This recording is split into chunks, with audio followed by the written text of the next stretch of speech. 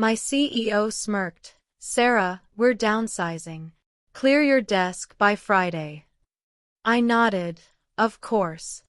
He didn't know I already had an offer from his biggest rival. By Wednesday, his smile vanished as he walked into a meeting and saw me sitting at the head of the table. I, 32F, thought I had found my dream job when I joined Meridian Tech 3 years ago. The company was growing, the work was challenging, and I genuinely believed I was building something meaningful. That naive optimism died the moment my CEO walked into my office last Monday morning with that insufferable smirk plastered across his face. He didn't even have the decency to sit down. Just stood there in his expensive suit, hands clasped behind his back like he was delivering a royal decree. He told me the company was downsizing, that my position was being eliminated, and that I needed to clear my desk by Friday. The way he said it, with that barely concealed satisfaction, made it clear this wasn't about budget cuts or restructuring. This was personal. I kept my expression neutral and told him I understood. He seemed almost disappointed by my calm reaction, probably expecting tears or pleading. Instead, I thanked him for the opportunity and assured him I'd have everything wrapped up by the deadline. The confusion that flickered across his face was almost worth the humiliation. What he didn't know was that I'd been having lunch meetings with executives from Apex Solutions for the past 2 months. Not because I was planning to leave, but because they'd been aggressively recruiting me. The irony wasn't lost on me that Apex was Meridian's biggest competitor, the company that had been steadily eating into our market share for the past year. The initial contact had come through LinkedIn. Their head of business development reached out, mentioning they'd been following my work on the Morrison account and were impressed by how I'd turned around what everyone considered a lost cause. I'd politely declined their first few invitations, loyal to Meridian despite the increasingly toxic work environment. But things had been deteriorating for months. Projects I'd spearheaded were being reassigned to less qualified team members. My ideas were being shot down in meetings, only to be implemented weeks later by someone else who'd take full credit. The final straw had been when my CEO publicly criticized my handling of the Patterson deal, conveniently forgetting that his micromanaging had been the primary reason for the delays. So when Apex reached out again last month, I agreed to meet. What started as a casual coffee turned into a series of increasingly serious discussions. They weren't just offering me a job, they were offering me a chance to lead their new Strategic Initiatives division. The salary was 40% higher than what I was making at Meridian, but more importantly, they were giving me the autonomy and resources I'd been denied for years. The formal offer had arrived in my inbox that very Monday morning, just 2 hours before my CEO delivered his termination speech. The timing felt like cosmic justice. I spent Monday afternoon quietly documenting everything. Every project I'd worked on, every client relationship I'd built, every process I'd developed. Meridian's IT policies were laughably outdated, and I'd been granted administrative access to systems far beyond what my role required. 3 years of exemplary service had earned me a level of trust that was about to backfire spectacularly. Tuesday morning, I called Apex and accepted their offer. They were thrilled and asked when I could start. I told them I'd be available Monday, but suggested we schedule a few preliminary meetings to discuss strategy. They agreed immediately, eager to get me on board. The meeting was set for Wednesday at 2 p.m. in Conference Room A of the Meridian building. Apex had been trying to secure a partnership with one of Meridian's smaller clients, and they thought having me there to provide insight would be valuable. What they didn't realize was that I'd already reached out to that client myself, explaining that I'd be transitioning to a new role and would love to continue working with them in my new capacity. Wednesday morning arrived with an unusual energy in the office. My CEO seemed particularly pleased with himself, making a point to walk past my desk multiple times. He'd even made a comment to my colleague about how sometimes tough decisions lead to better outcomes for everyone. The condescension was nauseating. I spent the morning tying up loose ends and transferring files to my personal drive. Everything I'd created, every relationship I'd built, every piece of institutional knowledge I'd accumulated was walking out the door with me. Meridian's non-compete clause was poorly written and wouldn't hold up to serious legal scrutiny, something I'd confirmed with a lawyer friend over dinner the previous evening. At 1:45 p.m., I made my way to conference room A. The Apex team was already there, looking slightly nervous about meeting in their competitor's building. I assured them it was perfectly normal for companies to use neutral meeting spaces, and that I'd cleared it with building management. What I hadn't mentioned was that I'd specifically requested this room because I knew my CEO had a standing meeting with the board every Wednesday at 2 p.m. in the adjacent conference room. The walls were thin, and I was counting on his curiosity getting the better of him. At exactly 2 p.m., my CEO walked into the room, probably expecting to find it empty or occupied by some low-level administrative meeting. Instead, he found me sitting at the head of the table, surrounded by executives from his biggest competitor, discussing strategies that would directly impact his business. The color drained from his face so quickly I thought he might faint.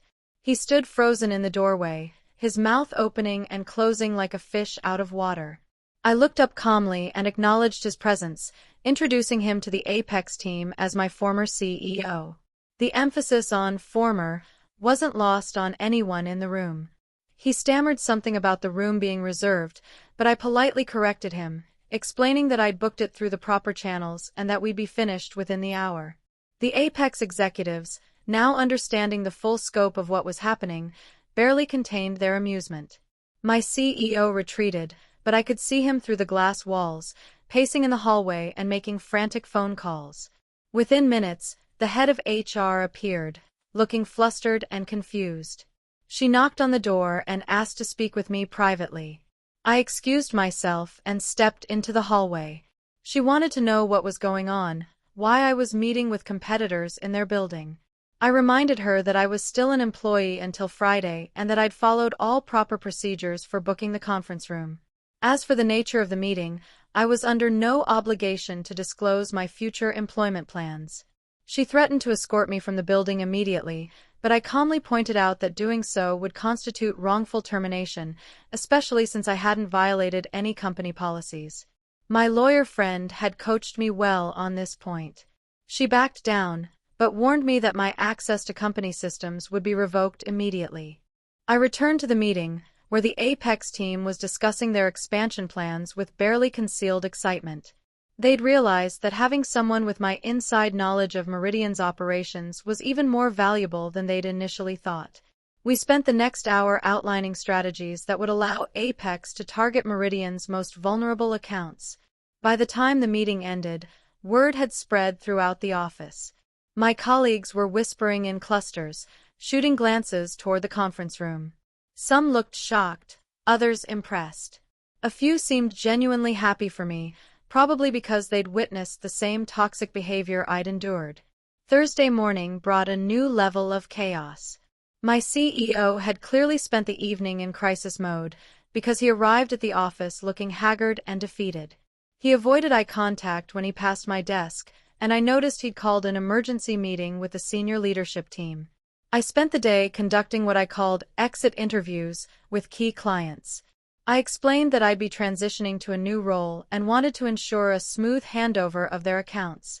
What I didn't mention was that several of these clients had already expressed interest in following me to Apex, frustrated by Meridian's declining service quality and my CEO's increasingly erratic behavior.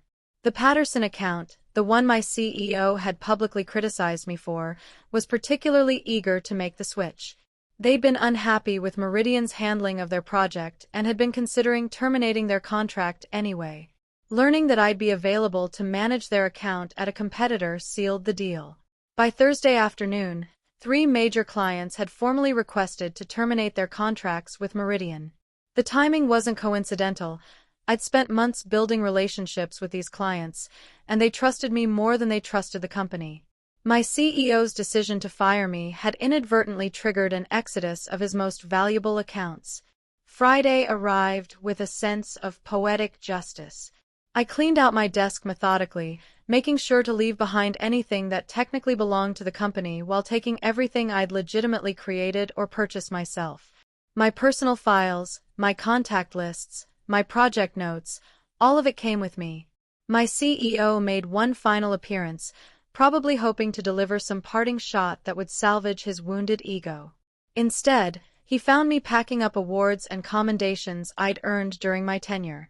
He asked if I was proud of myself, if I thought this was professional behavior.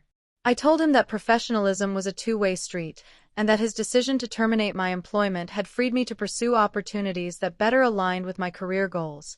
I thanked him for the learning experience and assured him that I'd gained valuable insights into leadership, both what to do and what to avoid.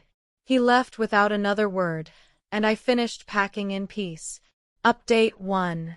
Monday morning at Apex felt like stepping into a parallel universe.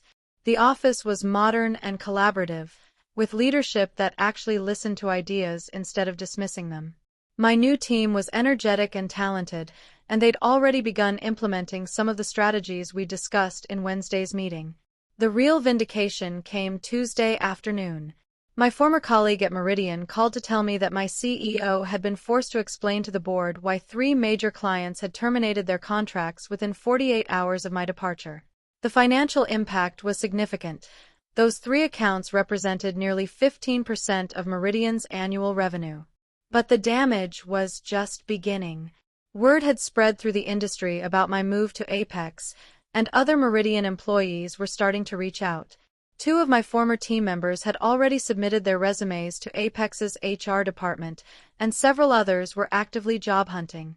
My CEO had tried to frame my departure as a betrayal, but the narrative wasn't sticking.